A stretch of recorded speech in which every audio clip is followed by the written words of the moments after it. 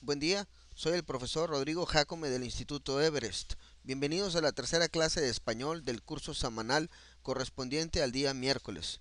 El día de hoy veremos los tipos de lenguaje, lo que es el lenguaje objetivo y lenguaje subjetivo, las obras expositivas y obras imaginativas, los géneros literarios, los recursos literarios y ejercicios de clases anteriores.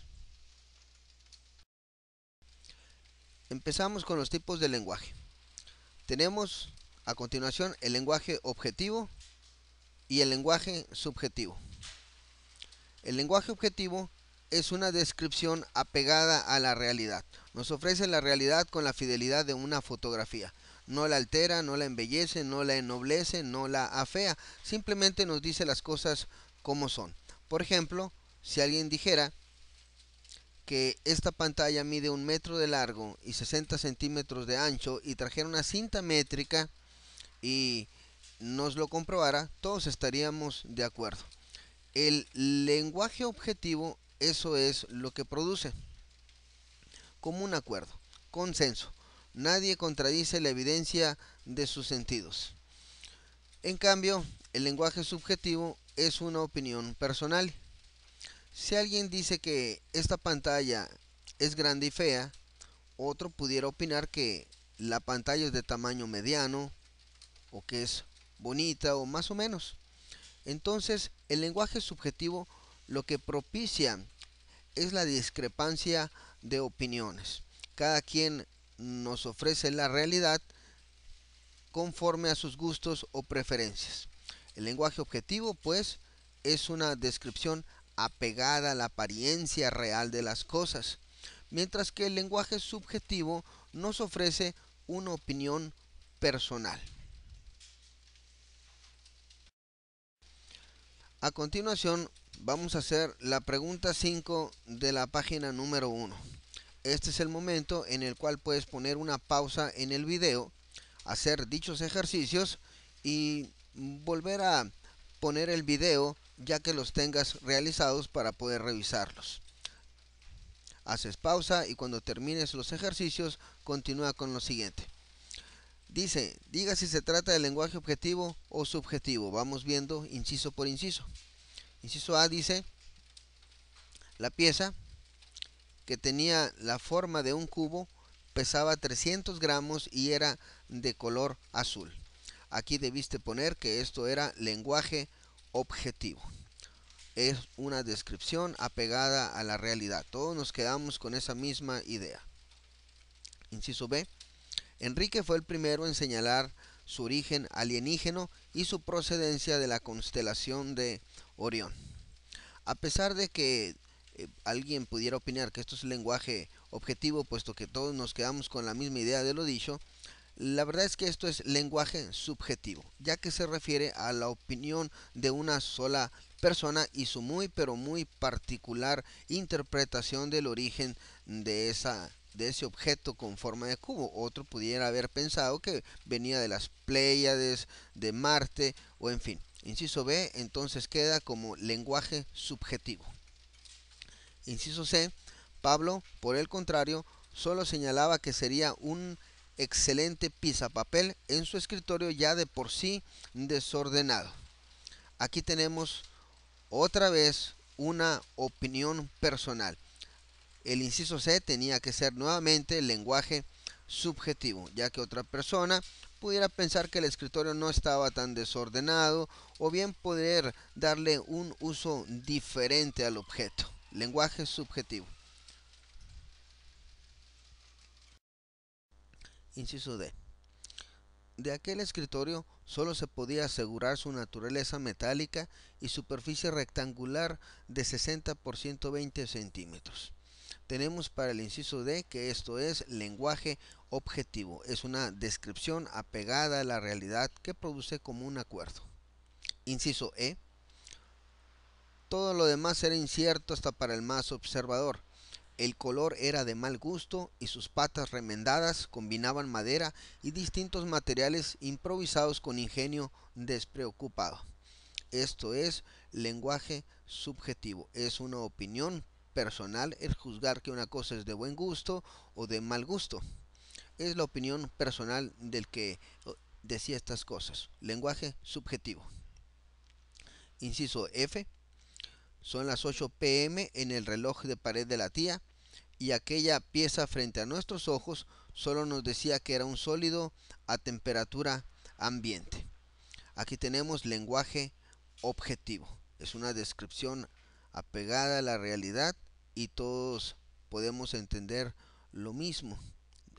Estaríamos en común acuerdo. Inciso G.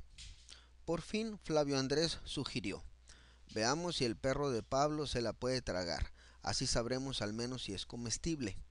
Todos lo vimos con miradas mordaces y fuimos cómplices acusadores de su escasa mentalidad inventiva. Aquí tenemos lenguaje subjetivo. Aquí tenemos un juicio de valores, un juicio de certeza respecto a la mordacidad con la que se ven las cosas o sentirse como cómplices acusadores. Esta es la opinión de quien narra estas cosas. Así que esto es lenguaje subjetivo. Inciso H. El monte Everest tiene una altura de 8.844 metros y está en Nepal. Es una descripción apegada a la realidad. Todos nos quedamos con exactamente la misma idea y tenemos común acuerdo con esto. Esto es lenguaje objetivo. Inciso I. Verdaderamente es un monte muy alto y seguro es dificilísimo escalar a su cima. Aquí tenemos que esto es lenguaje subjetivo. Alguien pudiera pensar que es fácil escalar dicho monte, así que es una opinión personal. Lenguaje subjetivo. Recordando, el lenguaje objetivo es una descripción apegada a la realidad, mientras que el lenguaje subjetivo es una opinión personal. Ambos tipos de lenguajes pueden coexistir en distintas expresiones en un texto dado. Así también podemos tener que hay textos escritos en lenguaje predominantemente objetivo o bien escritos en lenguaje predominantemente subjetivo. Indudablemente encontraremos textos que logren un equilibrio entre estos dos tipos de lenguajes. Por otra parte, de textos dados nos pueden solicitar que determinemos cuál es el que tiene mayor grado de objetividad, sin descartar que los demás tengan cierto grado de objetividad. O bien nos piden determinar qué texto tiene mayor grado de subjetividad, para seleccionar el más subjetivo entre distintos textos dados que comparten cierta subjetividad. El lenguaje objetivo y el lenguaje subjetivo son las formas de lenguaje en la que están escritos distintas oraciones, textos o bien obras completas. Continuando, tipos de obras de acuerdo al lenguaje. Pues tenemos que hay obras expositivas o científicas, las cuales han sido escritas en lenguaje objetivo o predominantemente objetivo. Así tenemos que un libro de texto, como un libro de física, está escrito necesariamente en lenguaje objetivo. Un libro de historia, un libro de filosofía, igualmente estará escrito en lenguaje objetivo. Una revista de divulgación científica también estará escrita en lenguaje objetivo para que todos entendamos lo mismo. Las leyes que rigen un país o un estado, como el Código Civil del Estado de Sonora o la Constitución Política de los Estados Unidos Mexicanos, tienen que haberse escrito en lenguaje también objetivo para que todos entendamos lo mismo acerca de las leyes y que no las andemos interpretando a nuestro gusto. Así que estos textos pretenden ser escritos con el mayor grado de objetividad posible para que todos nos quedemos con la misma idea. Por otra parte, las obras imaginativas o literarias han sido escritas en lenguaje subjetivo o mayormente subjetivo. Así pues tenemos, por ejemplo, los cuentos de Jorge Luis Borges, eh, un libro de poesía de Pablo Neruda o la Divina Comedia de Dante Alighieri. Todos estos han escrito han sido obras escritas en lenguaje subjetivo, al igual el ingenioso Hidalgo, Don Quijote de la Mancha, la obra de Cervantes, también ha sido escrita en lenguaje subjetivo. Todos ellos tienen distintos párrafos e historias que pueden ser interpretadas de distinta manera. Así pues, la responsabilidad de un personaje acerca del conflicto puede variar de un lector a otro, o la interpretación de ciertas metáforas usadas en cuentos y poesías. Así que estas son las obras literarias. A continuación vemos los géneros literarios. Las obras imaginativas o literarios se pueden clasificar en los siguientes géneros principales. Esta clasificación es variable, pero aquí tenemos lo que es la clasificación quizás la más aceptada. Pertenecen al género épico, cuentos, novelas y epopeyas. Los cuentos son novelas cortas con pocos personajes, pocos escenarios y que abarcan un periodo de tiempo relativamente breve. Las novelas se consideran cuentos largos y extensos con muchos personajes, escenarios y que abarcan un periodo de tiempo más largo. La epopeya son cuentos o novelas que se distinguen principalmente por su carácter militar. Hablan de proezas de guerreros, como la epopeya de Gilgamesh, el héroe babilónico, la epopeya del relato de David y Goliat para la historia de Israel, y aquí en México tenemos la epopeya de los niños héroes que defendieron el castillo de Chapultepec. Pertenecen al género lírico, las poesías, los cantos, las odas. Aquí al autor no le interesa tanto ser entendido en sus metáforas, sino más bien desahogar lo que siente. Todos los géneros literarios buscan el uso estético de la palabra para transmitir las ideas de sus autores.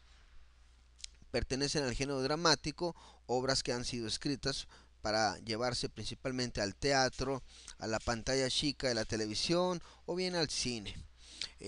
Han sido escritas a manera de diálogo, donde los personajes producen la acción interviniendo directamente con sus parlamentos. Los dramas son obras en las que el protagonista logra resolver el conflicto debido a la acción. La comedia es un drama pequeño en el que el protagonista enfrenta un conflicto normalmente producido por equivocaciones. Tiene buen humor la comedia y generalmente tiene final feliz, aunque existen las comedias de humor negro.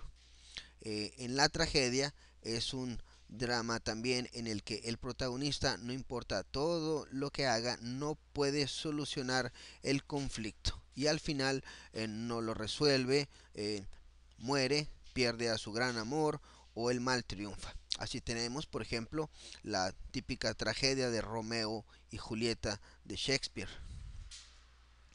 El ensayo, en cambio, es hoy en día un género literario que se ha consolidado, tiene extensión variable y nos proporciona el punto de vista del autor con bastante libertad. Nos ofrece a veces temas polémicos, abarca aspectos relativos a la política, a la sociedad, los malestares de la humanidad. El autor generalmente propone su interpretación original y ofrece una solución a una problemática normalmente social sin pretender tener toda la información o toda la verdad. Es un género normalmente libre y es quizás el género literario más recurrido y exitoso y necesario quizás hoy en día. A continuación tenemos para recordar lo que son los momentos de tensión dramática. Generalmente los cuentos, las novelas, películas, obras de teatro que nosotros presenciamos son pues una repetición de este ya muy consabido esquema para hacer una obra. La mayoría de las obras han sido escritas siguiendo este mismo patrón. Aquí tenemos en la parte horizontal el tiempo que transcurre en la obra y de manera vertical la tensión o emoción que experimenta el lector o el espectador.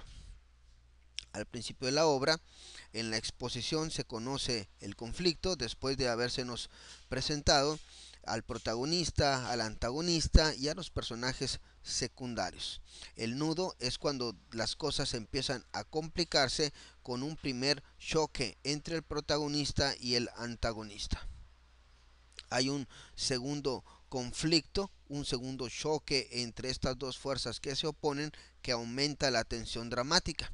Generalmente los autores aquí introducen un momento humorístico para relajar la tensión y preparar al lector y al espectador para lo que es el clímax de la obra, que va a ser el momento de máxima tensión dramática, el choque final, la batalla final entre el protagonista y el antagonista, después de la cual sobreviene el desenlace. El conflicto se resuelve y las cosas llegan al equilibrio nuevamente. A continuación vemos los recursos literarios. El propósito de estos recursos es embellecer el uso de la palabra y hacerla más elegante y que guste más al lector. Hay muchos recursos, aquí veremos los más importantes. Para empezar, la comparación o símil. Como su nombre lo dice, es una comparación entre dos términos y los dos objetos están escritos. Por ejemplo, tus ojos son como estrellas. Ojos y estrellas, ambos comparados, están aquí escritos. Pudo decirse tus ojos son estrellas, o bien tus ojos como estrellas, o también tus ojos, coma, estrellas. Lo que importa es que las dos cosas estén mencionadas. Esa es la comparación o símil. En la metáfora, una cosa sustituye a otra y la inteligencia descubre la identidad de la que no está mencionada. Por ejemplo, lágrimas salieron de tus estrellas. Pues se trata de los ojos, pero ojos no está escrito. Así que esa es la metáfora. La inteligencia descubre que se habla de los ojos. La alegoría es una cadena de metáforas. Por ejemplo, la noche caía sobre sus hombros, sus estrellas cayeron al piso y la luna recordó aquel triste día. Para entender esta alegoría, vamos a suponer que conocemos los significados de las metáforas y decimos que la noche era el pelo negro y largo de una mujer, caía sobre sus hombros, sus estrellas cayeron al piso, estrellas eran los ojos, así que clavó la mirada en el suelo. Y la luna recordó, si la luna recordó, se trataba de la mente o la memoria, recordó aquel triste día. Al entenderlo así, no solo entendemos de qué habla el autor, sino somos capaces de ver las cosas como las ve el autor. Ese es el objeto, ese es el propósito de la alegoría. La hipérbole es una exageración. Tiene como propósito llamar la atención del lector. Por ejemplo, construyamos una torre que llegue al cielo. Esto llama la atención. Sacude un poco al lector cuando llega a leer algo como esto. La hipérbole tiene como propósito despertar un poco al lector y llamar su atención. El hipérbaton es cambiar el orden normal de las palabras. Por ejemplo, si nosotros decimos Juan ordenó una pizza para cenar, eso sonaría muy claro y también sin chiste. En cambio, si revolvemos un poco las palabras y buscamos una manera más elegante de decir lo mismo y dijéramos una pizza Juan para cenar ordenó, quizás hay un poco de confusión, pero suena mejor. El hipérbaton es buscar un orden distinto de las palabras para buscar una combinación que suene más elegante. Ese es el hipérbaton. La paradoja es una contradicción aparente que encierra un pensamiento más profundo. Por ejemplo, si decimos pobre niño rico, hay una contradicción entre pobre y rico. Sin embargo, es una frase que encierra el pensamiento de que la felicidad no está en los bienes materiales, o bien puede darse el caso de alguien que tiene todas sus necesidades cubiertas, pero le falta lo más importante, quizás amor o salud. Esa es la paradoja. A continuación haremos la pregunta 6 de la página 2. Es momento de que pongas en pausa este video, hagas los ejercicios y para revisarlos pongas nuevamente el video. Dice, determina el recurso literario predominante. Vamos a decir si se trata de una comparación, metáfora, hipérbole, hiperbatón, paradoja, etc. Dice, la juventud es la flor de la vida. En este inciso, juventud se compara con flor de la vida. Las dos cosas están mencionadas, así que se trata de una comparación o símil. Inciso B, Ana está en la flor de la vida. Aquí flor de la vida sustituye a juventud. Quiere decir que Ana está joven, pero la juventud no está mencionada. La inteligencia lo descubre, así que se trata de una metáfora. Siguiente, la vida es una selva oscura. Selva oscura y vida están mencionadas juntas. Es una comparación o símil. Siguiente, érase un hombre a una nariz pegado. Por el tamaño de las cosas, parecería que las cosas pequeñas están pegadas a las grandes cuando están juntas. Así que una nariz parecería pegada a cualquier persona, pero aquí parecía que el hombre era el que estaba pegado a la nariz. Así que se trataba de una persona muy narigona y esto es una exageración, así que es una hipérbole. Siguiente, aquel soldado contaba con solo 20 primaveras, para decir que tenía 20 años, pero los años no están mencionados, así que esto es una metáfora. Siguiente, inciso F. Dante estaba perdido en una selva oscura y era amenazado por las fieras. Entonces llegó Virgilio para mostrarle el camino. Esto es una alegoría puesto que hay presentes varias metáforas. Es un parafraseo de la Divina Comedia, donde Dante representa al hombre, la selva oscura es la vida y las fieras son las pasiones.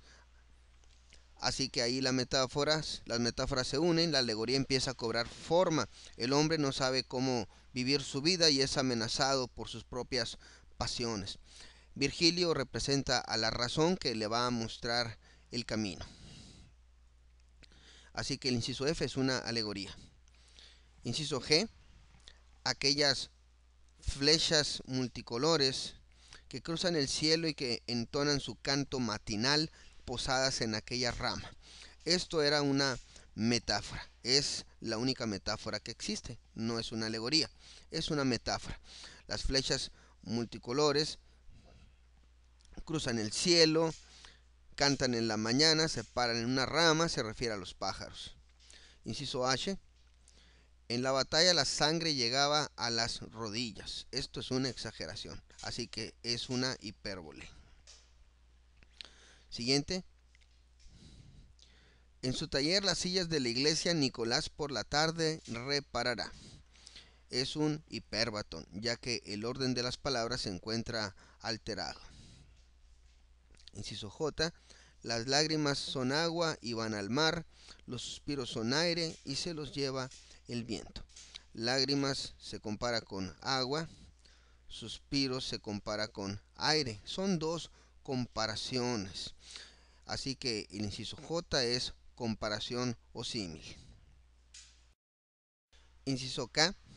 Lo esperó la vida entera y aún después de su infortunada muerte seguía esperándolo.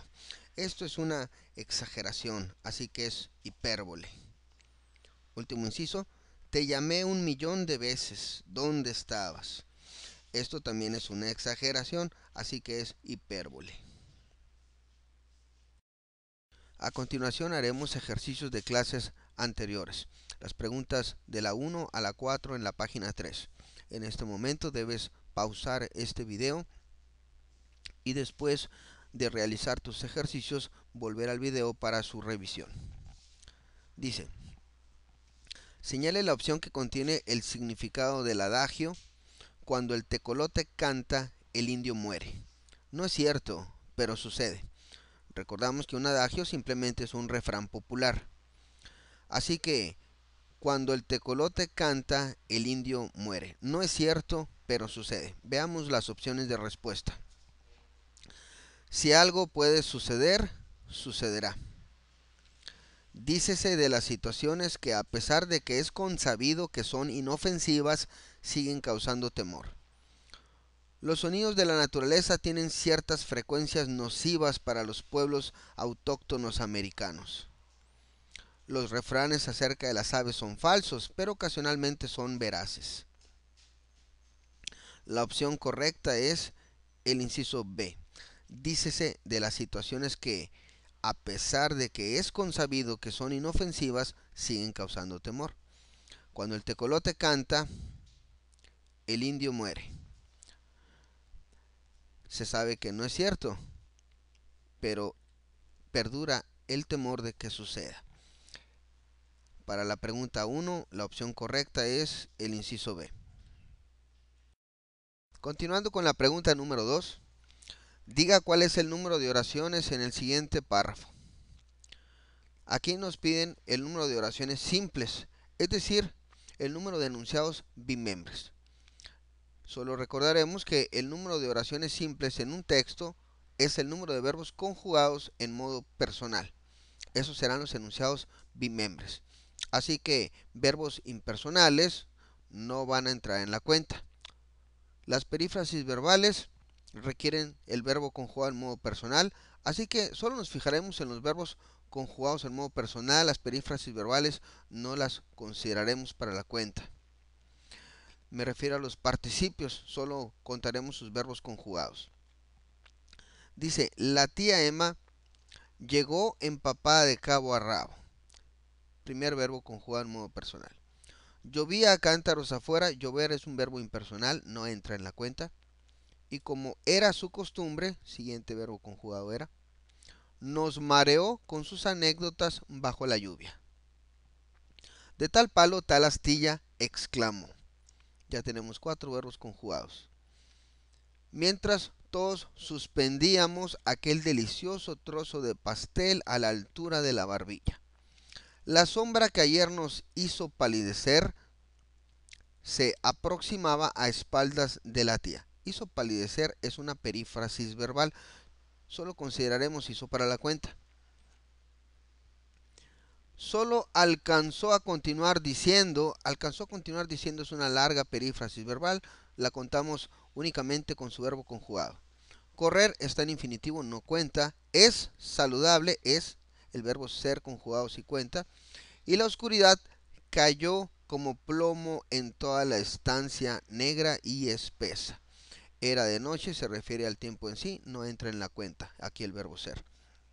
Tenemos que hay 1, 2, 3, 4, 5, 6, 7, 8, 9 y 10 verbos conjugados en modo personal. Así que el número de oraciones en este párrafo debe de ser 10. Continuando con la pregunta número 3, localice la oración subordinada, el sujeto, núcleo del sujeto, predicado y núcleo del predicado. Aquí tenemos 3 oraciones compuestas o cláusulas, las oraciones principales y secundarias. Tanto el sujeto como el núcleo del sujeto, predicado y núcleo del predicado, los vamos a localizar en la oración principal. Así que empezamos. Inciso A. El extraño visitante parecía sumergido en un mundo que había vencido las leyes de la gravedad. La oración secundaria u oración subordinada es que había vencido las leyes de la gravedad. Esa es la oración secundaria, que había vencido las leyes de la gravedad. Así que la oración principal es el extraño visitante parecía sumergido en un mundo. El sujeto es el extraño visitante. Núcleo del sujeto es visitante, predicado parecía sumergido en un mundo, y núcleo del predicado, parecía sumergido. Es una perífrasis verbal. Inciso B. Cada vez que viene a Londres, me visita. La oración secundaria es cada vez que viene a Londres. La oración principal es me visita. Así que el verbo conjugado es visita. El sujeto va a ser él o ella, que no están escritos. Se trata de un sujeto tácito. Sujeto no está escrito, y me visita es el predicado, y visita, el verbo conjugado, va a ser el núcleo del predicado. Repitiendo, oración secundaria, cada vez que viene a Londres. Oración principal, me visita. Sujeto no está escrito, me visita es el predicado, y visita es el núcleo del predicado. Para terminar, el trabajo arduo, cuya recompensa suele venir mucho tiempo después, es frecuentemente evitado por los incautos y desprevenidos. La oración secundaria va a ser cuya recompensa suele venir mucho tiempo después. Esa es la oración secundaria. La oración principal será el trabajo arduo es frecuentemente evitado por los incautos y desprevenidos. Sujeto, el trabajo arduo. Núcleo del sujeto, trabajo. Predicado, es frecuentemente evitado por los incautos y desprevenidos. Y el núcleo del predicado va a ser es evitado. Frecuentemente era un adverbio de frecuencia. El verbo conjugado es ser, aquí lo tenemos, y tenemos un participio. Así que el núcleo del predicado será es evitado. Continuando con el ejercicio número 4, se trata de completar con los complementos que se nos mencionan aquí las oraciones dadas. Dice, el rey decretó, para poner un complemento directo, un complemento indirecto y un complemento circunstancial de lugar. El complemento directo es lo que recibe la acción del verbo, en este caso lo que va a ser decretado. El complemento indirecto es a quién o para quién se hace la acción del verbo, a quién o para quién se decreta algo. Y complemento circunstancial de lugar, en donde se hace ese decreto. Podemos escribir aquí que el rey decretó una nueva ley. Y donde dice complemento indirecto, podemos escribir para sus súbditos. Y donde dice el complemento circunstancial de lugar, podemos escribir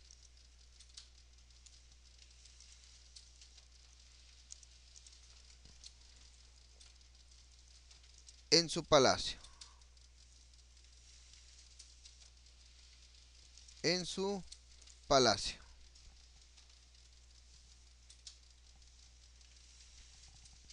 Así pues tenemos complemento directo, lo que es decretado. Complemento indirecto, para quién es decretado. Complemento circunstancial de lugar, en donde es decretado. Por cierto, hace apenas un mes sería complemento circunstancial de tiempo. Inciso B. Vamos a escribir un complemento circunstancial de modo, un complemento circunstancial de lugar y un complemento circunstancial de compañía. En el complemento circunstancial de modo ponemos un adverbio de modo. Por ejemplo, lentamente. Caminó. Ahora ponemos un complemento circunstancial de lugar, en el parque. Y después ponemos un complemento circunstancial de compañía, ponemos con sus amigos. Y finalmente, vamos a poner un complemento circunstancial de negación y un complemento directo. El complemento circunstancial de negación por excelencia simplemente es la palabra no. El complemento directo que pondremos va a ser aquí mentiras. Así que ya tenemos completada nuestra oración. No digas mentiras a tus padres. Estas son simplemente algunas posibles respuestas para este ejercicio. Con esto podemos dar por terminada la clase correspondiente al día miércoles del curso semanal. Hemos visto lo que es el lenguaje objetivo y lenguaje subjetivo. El primero es una descripción apegada a la realidad, mientras que el segundo es la opinión personal de un individuo. Las obras expositivas e imaginativas, los géneros literarios, los recursos literarios, comparación, metáfora, alegoría, hipérbole, hiperbatón y paradoja. Y hemos realizado algunos ejercicios de las clases que se han visto lunes y martes. Cualquier duda, dirigirte a tus asesores.